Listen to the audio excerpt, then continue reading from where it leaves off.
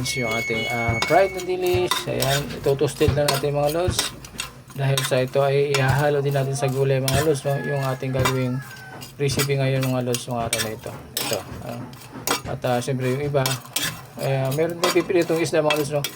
Yung pritong isda na yun, yung kasama yan sa ihahalo natin sa gulay natin gagawin mga lods. Ayan. Ay ano natin to para pag hinalo natin mga lods hindi siya basa-basa, toasted siya. Okay. Sasangag lang natin yan. Ayan mga lods, okay? Ito na mga lods. Ayan, okay. Okay na siya mga lods. Okay na, tatanggalin natin mga lods, no? Para ayan, pinangag lang natin. Ulang yung mantika ito mga lods, no? Ulang mantika, yes, nangag lang natin. Ayan, okay. Tanggalin natin mga lods, no? Medyo ano na, mamulapula na siya. Okay. Ayan mga lods. Isunod natin yung ating prito yung isda mga lods. Ayan. Yung ulo mga lods, bigyan ako yung ulo para medyo marami-rami tayong ay halo. Ayan. Isang piraso lang naman ito mga lods. Isang piraso yung Philippine na isda mga lods. Piprito natin yan para ihalo natin yung mga lods sa ating gulay na gagawin. Ayan mga lods. Lutuin na natin yung ating prito mga lods. Ayan. Ayan. Habang naghihintay tayo at maluto ang ating isda. At syempre mga lods, habang nagpiprito tayo mga lods, ito naman yung ating papaya mga lods. Ayan. Ayan, slice na natin yung papaya natin mga lods. Ayan na. So yan ang gagawin natin gulay mga lods, yung ating papaya. Ayan. Ayan. Tara mga lods. Balik pa rin natin.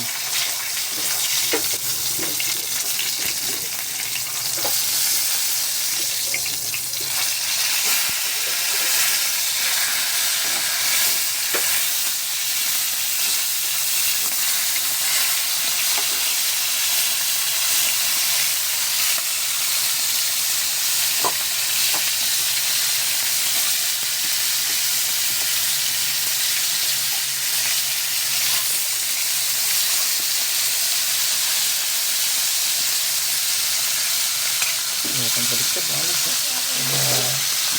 Walang naghahawak sa kabila natin. Mano-mano lang tayo mga lods. Okay. Ito naman yung gata natin mga lods. Ayan.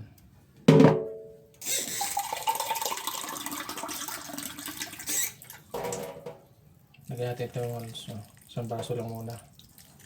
Para mas bigain natin mga lods. Bali ito yung kakagata natin mga lods. Ito yung huling-huli natin lalagay mga sa ating gata, sa ating ulam. Ayan. Ayun mga lods dito mga lods pag-release natin mga lods, natututo tayong gumawa ng ulam natin. Natututo tayong gumawa ng recipe mga lods para sa ating content mga lods. Kailangan kasi natin yung mga lods meron tayong gagawing pang araw-araw na natin recipe sa ulam natin. Ganito yung content natin mga lods. Ayan. Tsaka ito naman talaga ang natin mga lods, realidad natin sa pang araw-araw. Dito kasi sa bahay mga lods, ako talaga nagluluto. So ito ang ginagawa ko mga lods. Kaysa maano yung natin, kinukontent na lang natin mga lods para meron din tayong kahit paano mga lods na yung iba, siyempre di ba mga lods, nagkaroon tayo ng mga lods na hindi lang tayo sa trabaho, pwede rin tayo sa bahay mga lods. Tumagawa anumang trabaho sa bahay, kasi tutulungan din natin para hindi nahirapan yung ating partner. So yun naman yung mga lods yun yung totoo nga natin. Realidad ng buhay mga lods. Tulungan tayo sa bawat gawain. Although tayo nagtatrabaho mga lods, diba? Pero siyempre, hindi naman pwede pabayaan lang natin mga lods. Kung kaya naman natin, gawin na natin. Huwag nating iasap pa sa iba. So ayan mga lods, no? Ayan, tulungan lang naman mga lods Tulungan lang.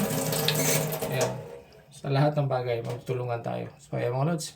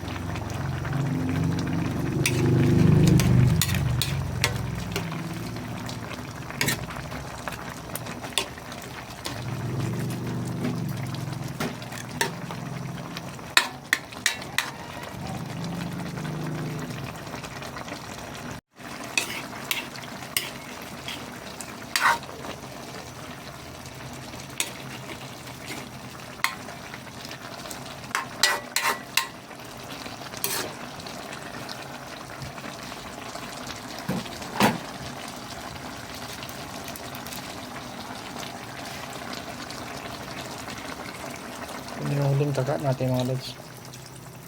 Ayan. At lagyan na natin ng seasoning. Ayan mga lods, para medyo okay siya. At ilagay na rin natin mga lods yung ating ayan, yung dilis natin mga lods na sinangag kanina. So yung mga lods na.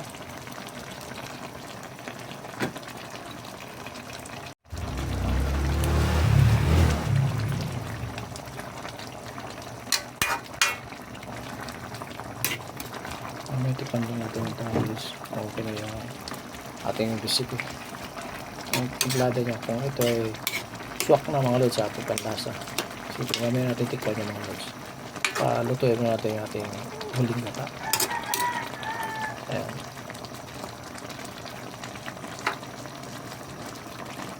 Simple lang ang mga lods natin luto. Pero siyempre, yummy. Para sa atin mga lods. Para sa atin na kumakain ito, yummy ito. Okay? Kaya mga lods. Mamaya, tikman natin ang ating niluluto. Kung ito ay swak na, kung may kulang, dagdagan. Ayan mga lods. Ayan mga lods. Malapot na siya mga lods. Ito na yung ito na yung ating huling nilagay na gata mga lods. Ayan at nakita mo nyo, malapot na siya mga lods. Ayan. Tamin mo mga lods. Diba? Yummy na siya. So ayan mga lods. Okay. At siyempre mga lods, bago natin yung sagahan yan, atin muna siyang tikman mga lods. Okay.